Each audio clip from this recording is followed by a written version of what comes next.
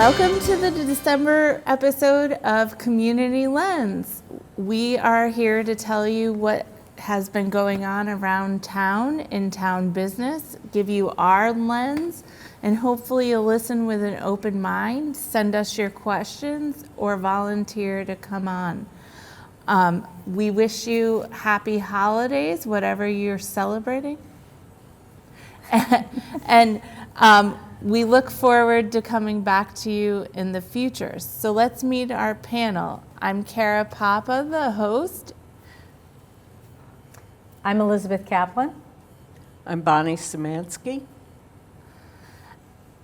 Thank you for being on, especially during the holiday. It's a very busy time for all of us. So just to get started, I was able to attend the Board of Education subcommittee meeting for policy.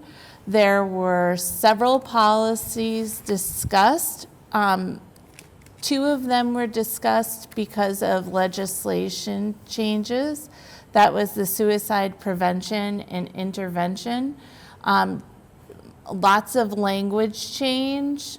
Procedures would stay the same, and making sure students know that they can reach out to people in the buildings and get help that they need. And then there was a policy change for the teachers and employees for the family medical leave, and how they can sign up for FMLA and have more hours paid concurrently, sorry.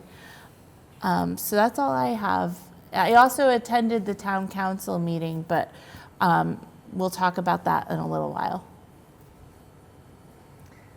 So I'm on economic development, and we had a meeting a few weeks ago for the month of December. And what we have been doing on economic development is really starting to try to be planful in segments of time. We're volunteers, just like all town, commissions.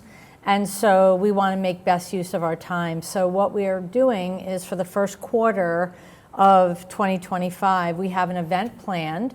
And for the month of February, we are going to be doing a restaurant month, townwide restaurant month. And it's inaugural, so we're very excited, with some help of the Shoreline Chamber. And so what we've been doing is we're going around asking restaurants that have seating if they'd like to participate, and we will be giving them old-fashioned, tickets, and we're going to give them a fish bowl.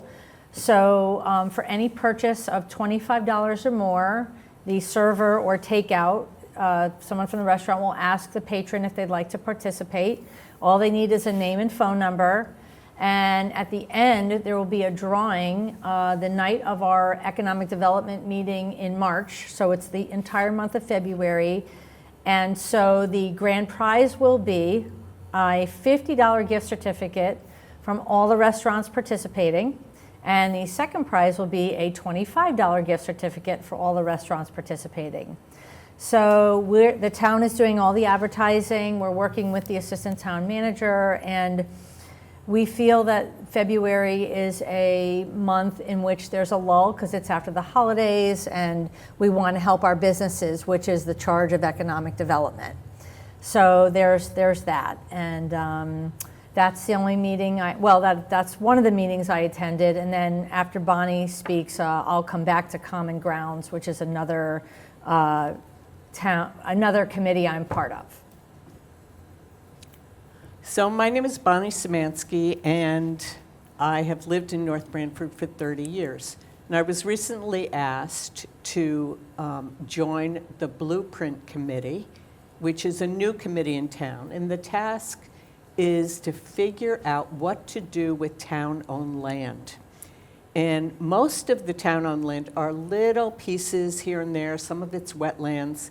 So a lot of it, we figured, well, just leave it or offer it to neighbors, whatever. But there are a couple pieces which are sizable. One of them is on Totoket Road. Another one is 1599 on Route 80, which was where the town hall was. And Another one is the POCO grounds. So we've been discussing this a lot, and there were a couple of people, businessmen in town, who approached Mayor Angeloni, and they said they would like to form a subcommittee of the Blueprint Commission, which is the Town Center Green Committee. So at this point, what's happening is the land that was the original town hall land, which for many times, there were many studies done about it being a town center. Now that's been given over to the town council. And what's important for everyone here to know is that if the town decides to sell that land because they need to increase capital, if they decide to sell that land, it has to go to a referendum. And it is very important, if you care about that land, if you want a quiet space, if you want it developed, however you see it, it's important that you vote on the referendum. You can't just say, oh, I didn't know about it, because you have to pay attention. The other piece of property that people are talking about in the committee has to do with the POCO grounds, which several times over the years, people wanted to make it into a town center green. So at this point, this committee is putting together a RFP, a request for proposal, to study the viability of making that into a town center green. I'm not sure what their vision is. They bounced around a few ideas. But also, please pay attention to that, because that's an important part. The POCO grounds is an important part of where our town comes together. Comes together for the Christmas tree lighting, the ball fields, just many things happen in the POCO Festival. And so if you care about these things, what I'm saying is it's really important to pay attention. So you can find out what's happening by attending meetings. It's hard to always attend meetings because people work and they've got families, but you can watch some meetings, especially town council meetings, on YouTube. And also the town website has a lot of information in terms of the departments. It lists the agendas and the meeting minutes of all the boards and commissions. There's also some fun things on the town website, like it lists the trails or town history. So they've done a great job redoing that. But also on Facebook, North Branford Community Pride, straight out of Northford. And it's very important to pay attention to what's happening in the town, because I know I was busy working, and one day I'm driving Route 80, and all of a sudden the town hall was down and the old school was down. And I'm sure that if I had been paying attention, I would have known that was happening. So. Yes, I absolutely agree. Thank you so much. I was waiting for town council. I also went to the town council meeting, and they did talk about, I forget what the initials were, but the zoning approved the 826, I believe it was. So the properties, 1599, and 4 other properties that were small pieces, because they have to go to referendum with anything that's worth over 8-24 it was. Yes. The 8-24 referral. Anything that's over, I believe, $10,000. So I wanted to ask you, though, as you were talking, we talk about the POCO grounds a lot, but was there any ever deed restrictions on the POCO grounds for what they can use it for?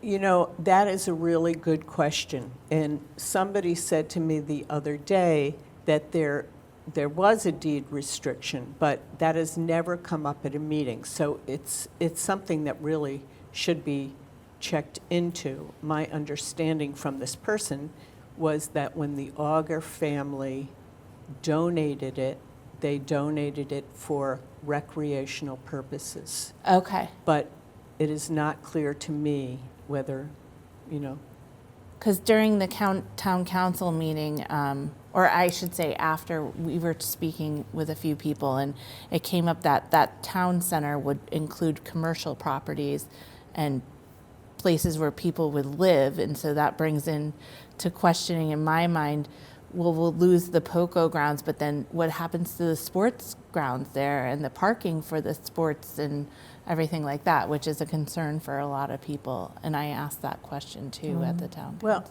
I don't think the subcommittee has a clear idea of what they'd like to do there. So, you know, they're bouncing around a lot of ideas, and you know what. The thing about North Branford that, I mean, I've lived here for 30 years, and the thing that I love about this town, I love the farming community. I love that it's quiet, that I can play on my phone an owl hooting, and an owl will hoot back. I mean, it's just a neat place to live. And so, you know, it's not a destination unless you want to buy corn or whatever. It's been a bedroom community from its founding. It was originally, you know, when people lived in Branford, they wanted to farm, so they moved out here. And then they had to go to church, I think, twice on a Sunday. So because of that, they formed their own community, because the roads were tough, especially in the winter. And that's when North Branford became a town. So it was never like set up like Guilford was set up as and Branford was set up as a town. Madison was set up as a town. We were kind of like the bedroom community of Yes. Branford. Like Salem and Salem Town. So when Right. you learn about, the two parts, one has the center and the square, and one was the community that Right. went to farm. Yeah. Right. Yeah. So, interesting. and if we care about our town, we should pay attention to what's happening and give our input, and remember to vote on referendums, because that's where decisions are made. Yes. And I believe Ms. Kaplan has another group in town that we'd I like to introduce you to and invite you to join. So, Yes. yes. So both Kara and Bonnie are also part of this group. It's called the Common Grounds. And it's basically, I'm going to read, so I apologize. I feel like one of my students reading from my phone, but it's a perfect synopsis of what this group is all about. So Common Ground, connecting our town. We are a growing group of local organizations and town residents with diverse backgrounds, stories, and perspectives, where all are welcome to participate fully. We make it possible for the whole community to, one, support each other, work together to identify and address our common wants and needs, and have a say in the way our town grows and develops. We host community conversations, townwide events, educational sessions, and other opportunities for neighbors to gather towards these three goals. So you heard a little synopsis, and you know, we meet monthly. We either meet at Atwater or we meet on Zoom, and the meetings are held to an hour.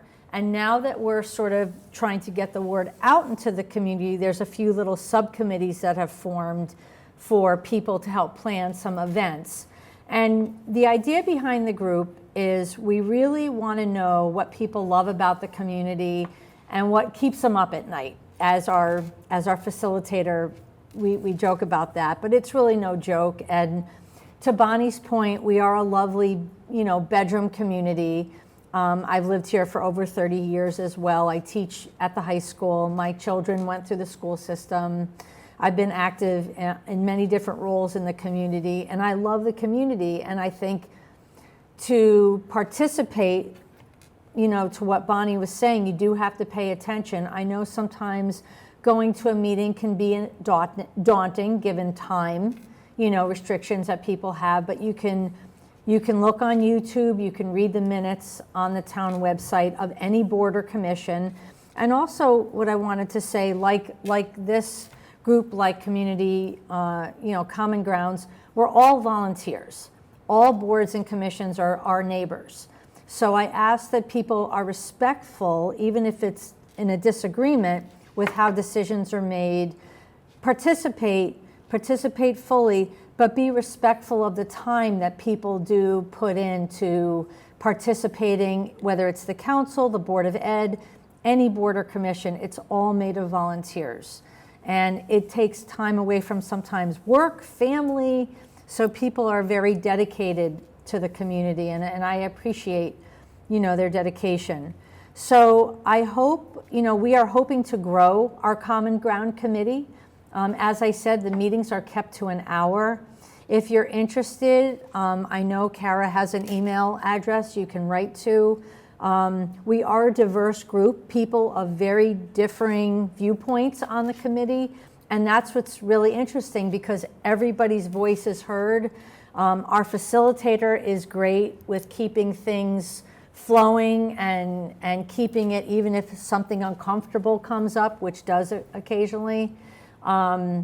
He's great at keeping the conversation moving and everybody having a turn at speaking and really,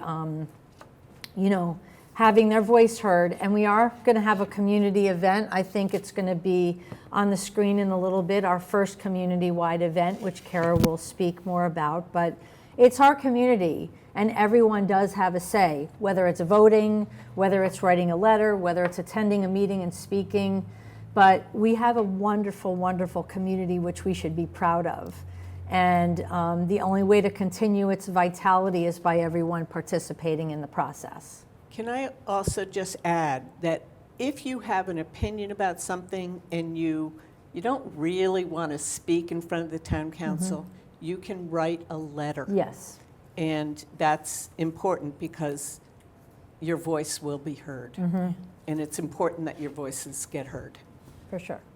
And I just want to say thank you both so much, because that's exactly the reason I started Community Lens. We started in town, I think, jokingly calling it Chicken Gate, but I shared on our first episode that I've been in and out, but as an adult, I have a son to support, I have bills to pay, and I have a career in which that I'm very engrossed in as well. So my time is short.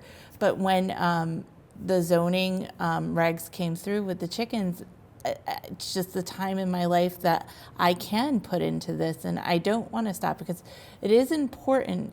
It's very easy for us to have opinions and get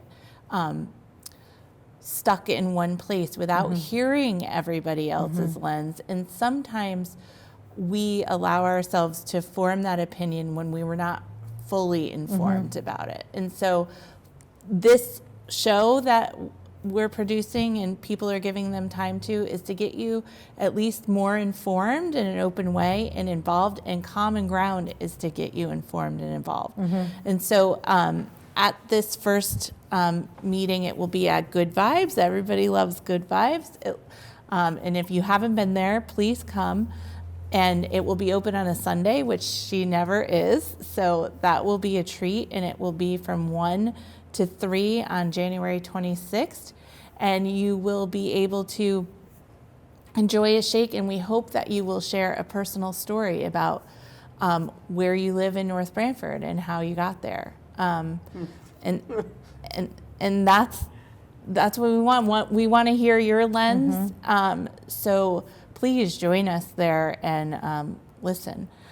One of the things, Kara, that I've been pushing for the Blueprint Committee is that there be transparency and to make sure that they give people the opportunity. I know that when we had a charrette for $15.99, somebody had a map and everybody had sticky notes, and they said, oh, I'd like to see this happen. I'd like to see that happen. And I think that's a really important function for the town, for people to say, I'd like to see a community garden. you know, I'd like to see sidewalks in this particular part, or I'd like a bicycle trail. You know, I'm very active in the land trust, and I'm active putting in trails in our town. And it's important that we get input from everybody to see what makes them happy. And I just want to piggyback off on that. We would also love to have builders and business people come out as well. We need your lens too, because I feel like sometimes we call the community to come out, and I feel like some people shy away because they're afraid that they'll be in the minority or their voices may not be exactly in tune. But we need all lenses there, because you can help us understand things from a different perspective, make things less scary for some people that it may seem scary if we talk about those things, but how we can do things that make our community better and stronger. Because we do need taxes, and as it was explained to me at town council the other night, we need to have a tax base that is funded in different ways. So. Right, because as we know, that the tax base is primarily on the homeowner in our community. And, you know, being on economic development, we live here too. And we love the bucolic nature of our community. No one wants to see that change dramatically, but we do also want to see a balance between retaining businesses in town, of course, helping them expand if they wish to, but also we love this to be an agro-tourism destination, trails on the land trust. You know, we have a farm and trail map. You know, we want people, you know, we've got a beautiful winery. We've got 2 wineries, I'm sorry. We've got a beautiful brewery. So we want people to see our town as a destination in a good way, because they may stop at one of those places, they may go on a trail, but then they may need gas or they may need something quick at the store. So we're trying to get people to think of this as a whole, not one faction, not one thought process, but we have to try to think about what's the vitality of our community for future generations. One of the things I say to my students is, I find so endearing about North Branford is people grow up here, they go out in the world, whether they go to college, they work elsewhere, but they come back here to raise their families. Thank you. And I think that says so much about our community, and something to be truly proud of. But we also have to set those future generations up to be able to afford to live here, to be able to shop here, to dine here, to go on trails, to go to the libraries, whatever it is they would like to do. And I think it's a sort of a big picture approach. To your point, have business people on the show. And I don't really believe that decisions by any entity is in a vacuum. There's a lot of thought and research and preparation that goes into meetings, whether it's the council, planning and zoning, you know, zoning board of appeals, any board or commission, the land trust, anything, any entity, there's a lot of input. And I think it's important that people feel comfortable that may not be on one of these entities to partake in the process. Yes. And that's why you're here, that's why you're here, that's why I'm here. You know, I also have a question, because you're in economic development. Maybe you could help answer this. But there are a lot of vacancies in the strip malls. And what is the town able to do as incentive for these business owners or whoever owns the landlords to make sure that it's not vacant, beautify those? I mean, there's a lot that could happen. I know they passed a blight ordinance, which I think is wonderful. I don't know anybody who thinks Central Plaza is doing a great job,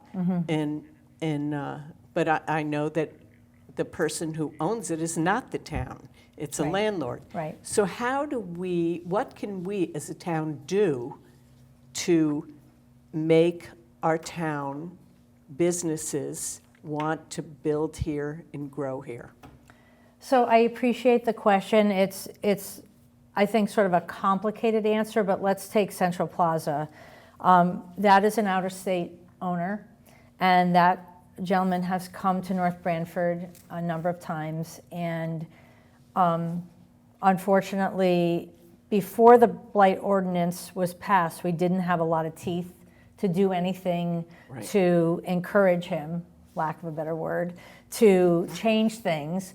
But now that that is in place, there can be some punitive action that can happen. I mean, it does cost money for the town to, we have a town attorney, but it may be worth it in the long run to really, because that's a marquee piece of real estate in our community.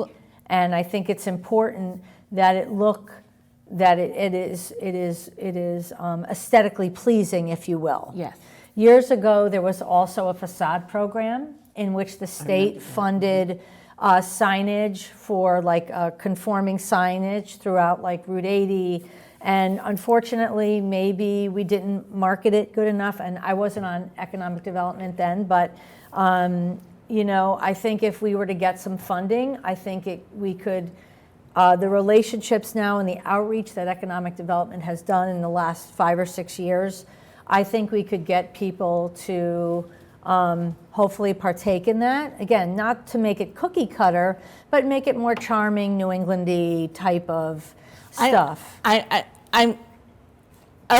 Okay.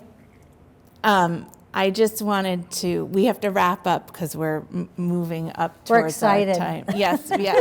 This is a good conversation though, but I just want to wrap it up with, if you are out there watching and you are a developer or a business person, we would love for you to come to the Common Ground meetings because we need you to help us. And I, for one, would love to take advantage and develop that empty grocery store into mixed use and put some living arrangements in there but I don't know how to do that because I'm not a real estate developer. So if anybody's out there, please reach out to us and come to the Common Ground meetings because we need you. And thank you so much for watching the December episode of Community Lens. We will be out and about with a new segment called Around Town, gathering some more lenses during January, so definitely tune in then. I want to thank this month's sponsors, Good Vibes, Organized with Megan, for putting up our flyer. If you would like to sponsor us, please let me know and I will put your logo up. I will also say thank you to Aruba Zion Vacations. You can find them on Facebook. They shared the Community Lens. And I would like to thank Ms. Kaplan and Ms. Szymanski for coming on this month, and I hope they'll come on again in the future. You can find us on Instagram, and you can find us on Totucket TV on YouTube, and you can also find, I hope, the three of us January 26th at Good Vibes from 1 to 3 p.m. Thank you so much, and have a great holiday and a happy new year.